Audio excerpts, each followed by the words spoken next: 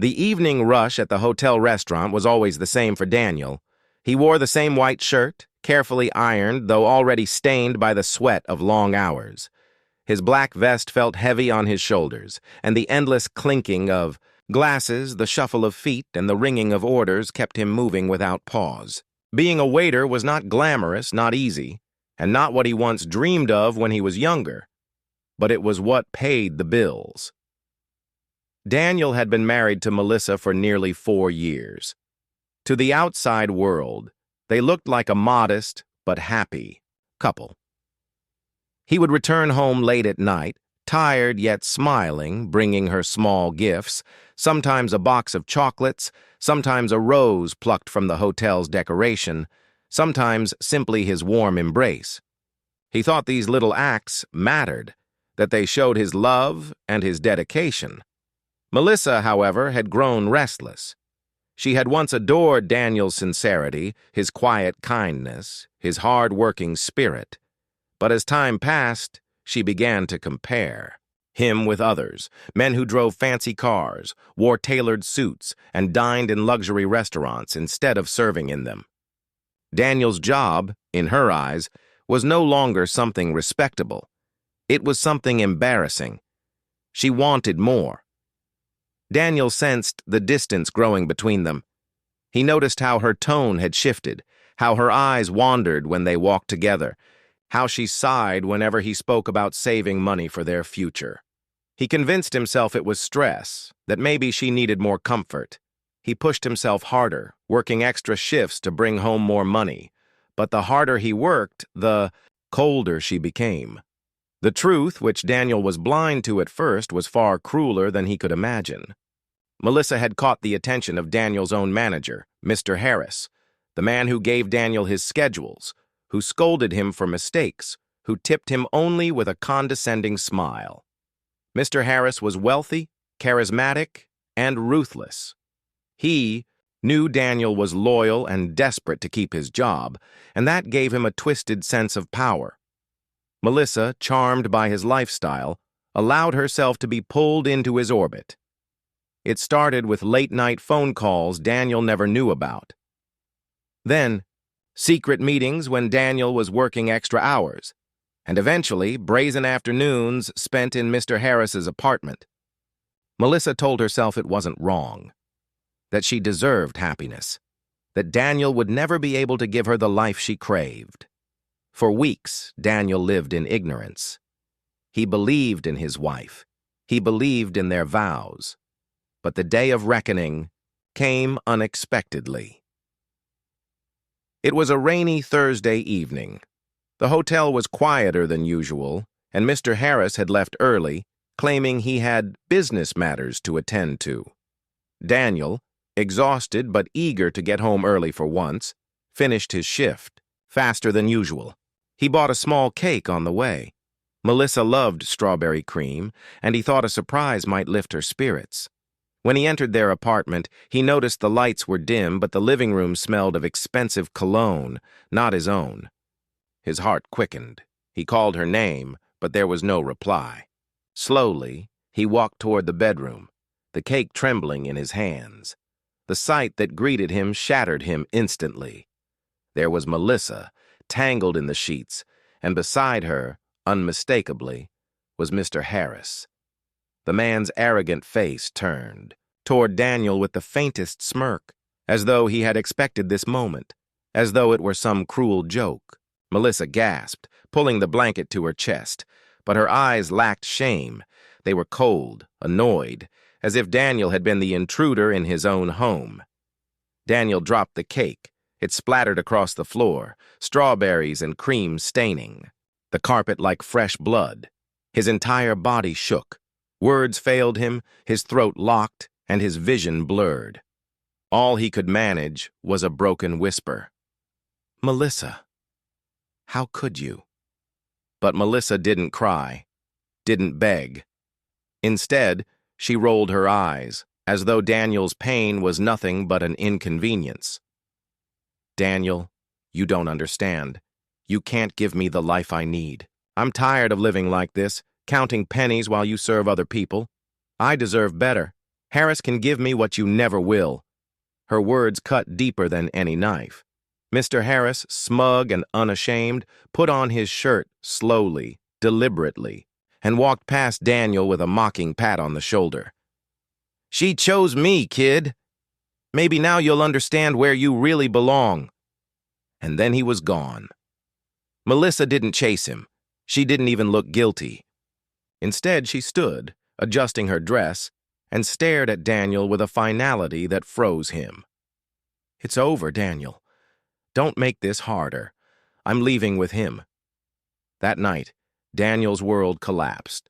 The woman he had loved, the woman he had sacrificed for, had not only betrayed him but discarded him as though he were nothing.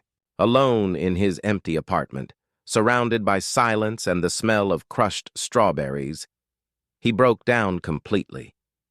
He cried until his chest ached, until there were no more tears left, only emptiness. Days passed in a blur. He still went to work, but his hands trembled as he carried trays, his eyes dulled as he greeted customers. His colleagues noticed but said nothing. Melissa had moved out, taking what little jewelry and clothes she owned, leaving behind nothing but echoes. Daniel sought solace in alcohol. Each night, after his shift, he sat at the bar instead of going home. At first, it was 1 glass of whiskey, then 2, then an entire bottle. He told himself it numbed the pain, but the truth was, it only magnified it. Every memory of her laughter, every stolen kiss they once shared, returned to haunt him. One night, stumbling out of the bar in the dead of night, Daniel whispered to himself, "Why wasn't I enough? What did I do wrong?" But no answer came, only the cold wind and the sound of his own footsteps echoing through the empty streets. What he didn't know was that this was not the end of his story. It was only the beginning. His life, broken as it was about to take a turn he could never have predicted. The night Daniel staggered out of the bar, his body was heavy with alcohol and despair. His heart felt like shattered glass lodged inside his chest, each breath sharp and painful. The rain had started again, soaking his clothes as he wandered aimlessly down the dimly lit street. He didn't care where he was going. Perhaps he thought it didn't matter anymore.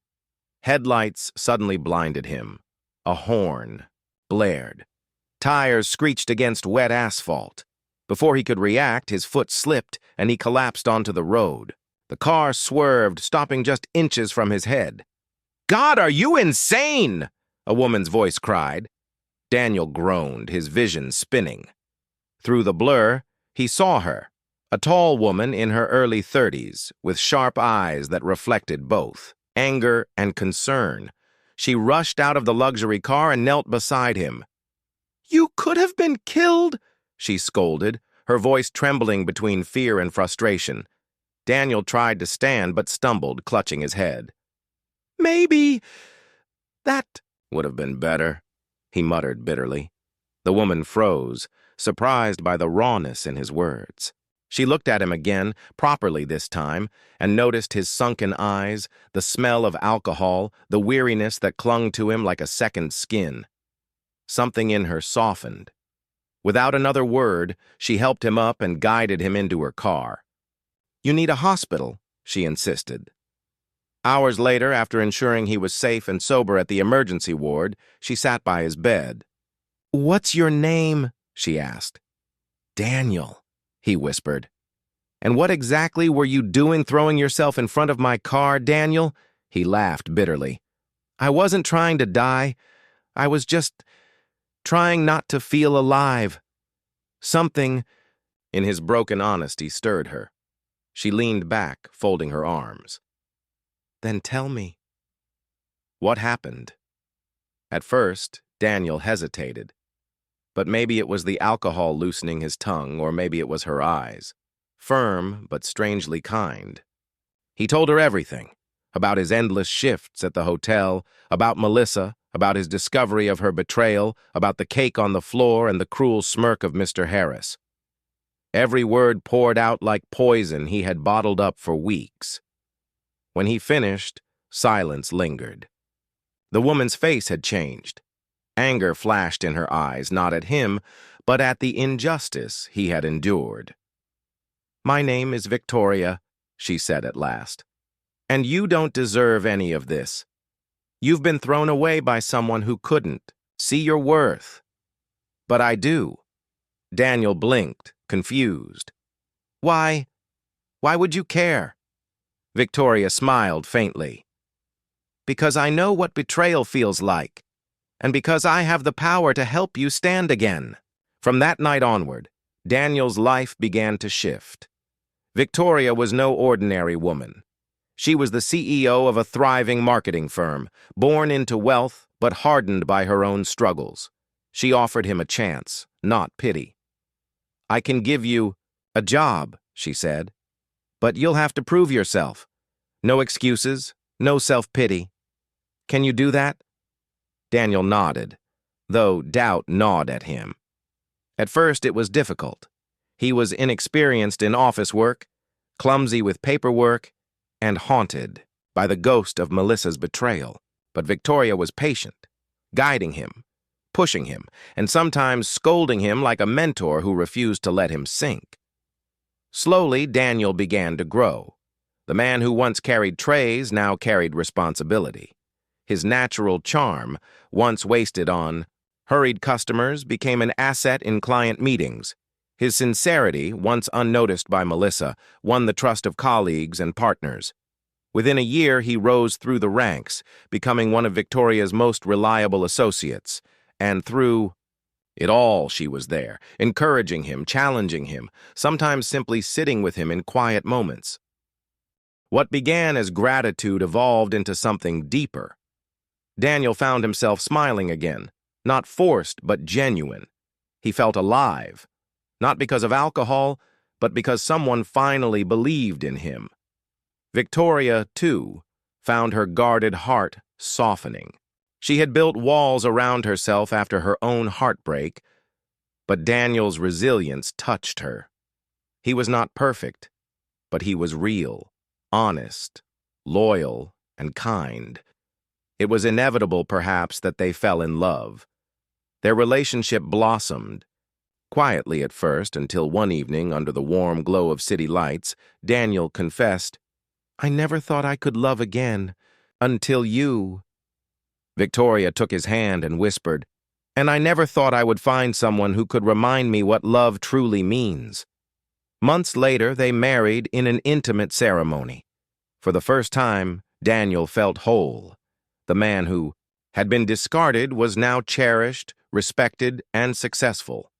But fate was not yet done writing its lesson. While Daniel flourished, Melissa's world crumbled. Mr. Harris, once so powerful, made reckless investments that collapsed under market pressure. His business fell apart, lawsuits drained his wealth, and eventually he was left bankrupt. Melissa, who had gambled her marriage for wealth, found herself penniless. With no money, no stability, and no real love from Harris, she was abandoned. Soon the two of them were evicted, reduced to wandering the streets they once looked down. Upon one cold evening, fate drew their paths together again. Daniel, now dressed in a tailored suit, walked with Victoria after a business dinner. As they exited a hotel, he saw them, Melissa and Harris, sitting by the curb, shivering, unwashed, their eyes hollow with hunger. Melissa's gaze met his, and her mouth fell open. "Daniel," she whispered. She rushed toward him, her hands trembling, tears streaking her dirty face. "Please, forgive me. I was wrong. I made a mistake. I thought I wanted more, but I only lost everything. Please, take me back. I'll do anything. Just don't leave me like this." Daniel's chest tightened, memories flooding back. The betrayal, the pain, the nights of drinking alone. For a moment, the old wound throbbed, but then Victoria's hand slipped into his, grounding him in the present. He looked at Melissa, not with anger, but with a calm finality. "Melissa, you left me when I was at my weakest. You didn't care if I lived or died. And now you come back, not out of love, but out of desperation. I'm sorry, but that chapter is closed. Victoria stepped forward, her voice firm but not cruel. Daniel is my husband. He belongs with me. You chose greed, and this is where it led you. Choices have consequences. Melissa collapsed to the ground, sobbing uncontrollably. Harris turned his face away, too ashamed to speak. Daniel and Victoria walked away hand in hand, leaving behind the ghosts of a past that no longer had power over him. For Daniel, it wasn't revenge that gave him peace. It was the knowledge that he had survived, grown, and found love where he least expected it. And for Melissa, the lesson was carved painfully into her life. Love cannot be bought, and greed will always destroy what truly matters.